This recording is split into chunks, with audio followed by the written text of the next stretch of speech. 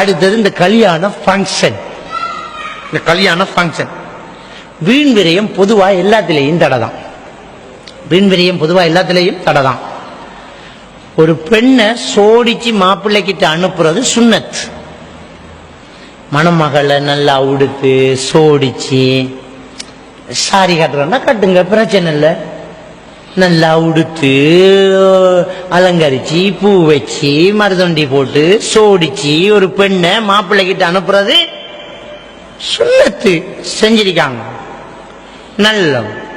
ஆனா இதுல அநேகமான செலவை கொண்டு போய் போட்டு வீண் விரயம் செய்யறது இருக்கிறேன், அதுதான் அல்லாஹ் வெறுக்கிற ஒரு விஷயம். அல்லாஹ் தஆலா வீண் விரயம் செய்யறத வெறுக்கிறான். சும்மா சோடிக்கிறதுக்கு 25,000 ரூபாய் செலவழிப்பான். சோடிக்கிறது எதுக்கு? அதே முகம் தான் வர போகுது, எண்ணத்தை போட்டு தேய்ச்சாலும் அந்த மூஞ்சி தான் வரும். விளங்கிட்டா? நீங்க 25,000 ரூபாய் 35,000 ரூபாய் செலவழிச்சாலும் ஆயிஷா ஐஸ்வர்யா ஆக மாட்டா. ஆயிஷா தான் வருவா, ஐஸ்வர்யா வர மாட்டா, அவதான் வருவான். இப்ப தேவையில்லாத செலவு 25,000 அதை போட்டு தர்மம் செய்யி, அதை ஒலிமாக்கு கொடு, சாப்பாடு கொடு. அப்ப இந்த பெண் தரப்புல சோடிக்கிறாங்க, அதிகமான செலவு. அப்ப வீண் விரயம் எங்க தீர்மானிக்கப்படுது? வீண் விரயம் என்ன தீர்மானிக்கப்படுது என்றால், நம்ம எடுக்கக்கூடிய அந்த பிரயோசனத்துக்கு ஓரளவு அதுக்குன்னு ஒரு விலை இருக்குது. இப்போ ஒரு ஆள் சாப்பிட்றார், அந்த சாப்பாடு ஒரு கோழி பொரியல், ஒரு சந்து வச்சு, ஒரு பிரியாணி வச்சு ஒரு சாப்பாடு சாதாரணமா நல்ல ஸ்பெஷலா சமைச்சவன் ஒரு 500 ரூபாய் சொல்றான்னு வச்சுக்கோங்க. ஒரு ஆளை சாப்பாடு 500 ரூபாய் ஒரு பார்சல். சரி, இன்னும் கொஞ்சம் நல்ல நெய் எல்லாம் போட்டு கொஞ்சம் அட்வான்ஸ் ஒரு 700 ரூபாய். ரைட், 700 ரூபாய் சாப்பாடு. ரைட், அதுக்கு மேல விரும்புன்னு நினைக்கிறீங்களா? 700 ரூபாய்க்கு மேல சரி, ஒரு 1000 ரூபாய் ஆக்கிடுவோம். 1000 ரூபாய் சாப்பாடு. ரைட், இதுவரைக்கும் ஓகே. இதே சாப்பாட 10,000 ரூபாய்க்கு வாங்கி திண்டா அது வீண் விரயமா இல்லையா? வீண் விரயம் தானே. இதே சாப்பாட்டை என்ன செய்வான், பெரிய குளத்துல மிதக்கிற ஹோட்டல் ஒன்று அடிச்சு அதுக்கு ஒரு போட் சர்வீஸ் வச்சு உள்ளுக்கு ஒரு பச்சை பல்ப் வச்சு அரைங்குறைமான ஒரு பொம்பளைய அவங்க சர்வீஸ் பண்றதுக்கு வச்சு, அதுக்கு ஸ்பெஷலா ஒரு ஆள் வந்தோன்னா அவர் அப்படியே போட்ல வந்து உள்ளுக்கு போய் அந்த பொம்பளை போய் அதை கொடுத்துட்டு அந்த பீர்சில துண்டு வச்சா 10,000 ரூபாய். வீண் விரயமா? இளவு அது கரையில் 1000 ரூபாய், குளக்கரையில் 1000 ரூபாய், உள்ளுக்கு போய் 10,000 ரூபாய்க்கு திங்கிறான். ஒரே சோடா போட்டல் கடையில 30 ரூபா, ரெஸ்டாரண்ட்ல போய் 200 ரூபா. வீண் விரயமா இல்லையா? ஏண்டா அதான இந்த போட்டல் தாண்டா அதுவும் அவன் கூரைக்கு கீழே 300 ரூபா, இவன் கூரைக்கு கீழே 30 ரூபா. வீண் விரயமா இல்லையா? அப்போ ஒரு பெண்ணை சோடிக்கிற மேக்சிமம் ஒரு பொம்பளைக்கு பவுடர் ஓடலாம், தலையை சீவலாம், அந்த தலைமுடியை தான் வைக்கலாம். இன்னொரு தலைமுடி வைக்கிற ஹராம், அலங்காரம் என்று அதை செய்யக்கூடாது. ரசூலுல்லாஹி ஸல்லல்லாஹு அலைஹி வஸல்லம் அவர்கள் தடுத்தார்கள். முடி வைத்து விடுமாறு கேட்கிறவனுக்கும் முடியை வைத்து விடுறவளுக்கும் அல்லாஹ்வுடைய சாபம் என்றாங்க. புருவத்தை அழகுக்காக வலிக்கிறவளுக்கு அல்லாஹ்வுடைய சாபம் இருக்கின்றாங்க. பற்களை ஸ்டைலுக்கு வெட்டுறவளுக்கு அல்லாஹ்வுடைய சாபம் என்றாங்க. முகத்தில் இருக்கிற முடிகளை புழுங்குறதுக்கு அல்லாஹ்வுடைய சாபம் என்றாங்க. இது மேக்கப் பண்றவர்ல அது செய்யறது இல்ல.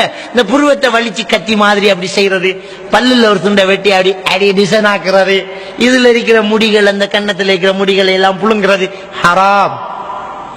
அந்த மேக்கப் இல்ல, இருக்கிற முகத்தை களி கொஞ்சம் பொலிஷ் பண்ணி தலையை சீவி ஒழுங்கா உடுத்துக்கு போறதுதான் மேக்கப். இதைத்தான் சஹாபாக்கள காலத்துல செஞ்சாங்க, தாபீன்கள் செஞ்சாங்க, பொண்ணை சோடிச்சு விட்டாங்க. இதை கொண்டு போய் போட்டு ஒரு கருப்பிய வெள்ளையாக்கி ஒரு கிரீம் ஒன்றை போட்டு அதை பூசி வெள்ளையாக்குறதுக்கு 10,000 ஆள் வெள்ளையா போயிட்டு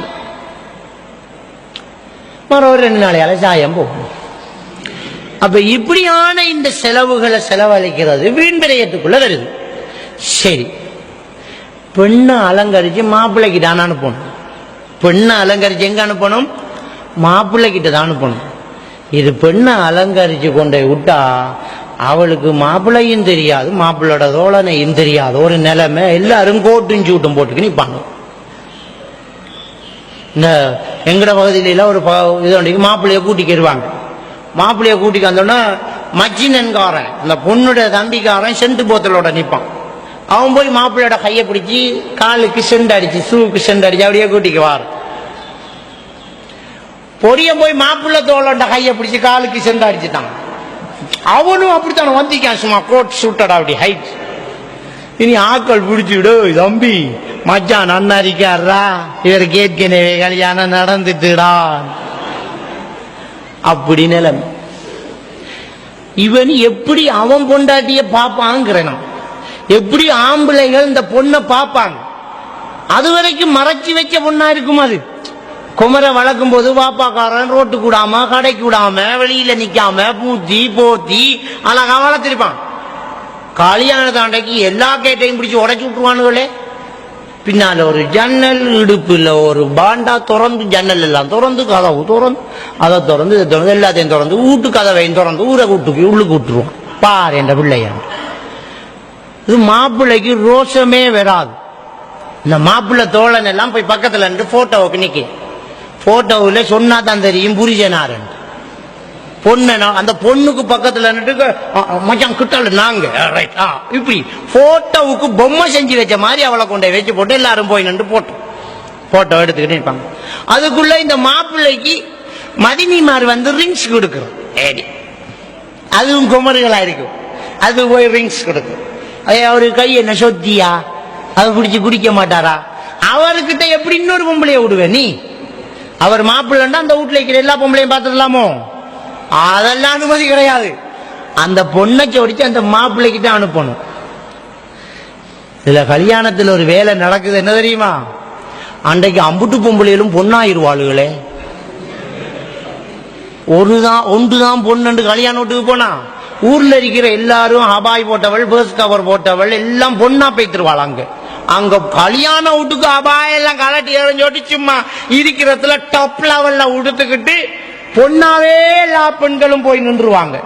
நின்றா அதை பாக்குறதுக்குண்டே எங்கட பெடியன்கள் ஆயிடுவான்.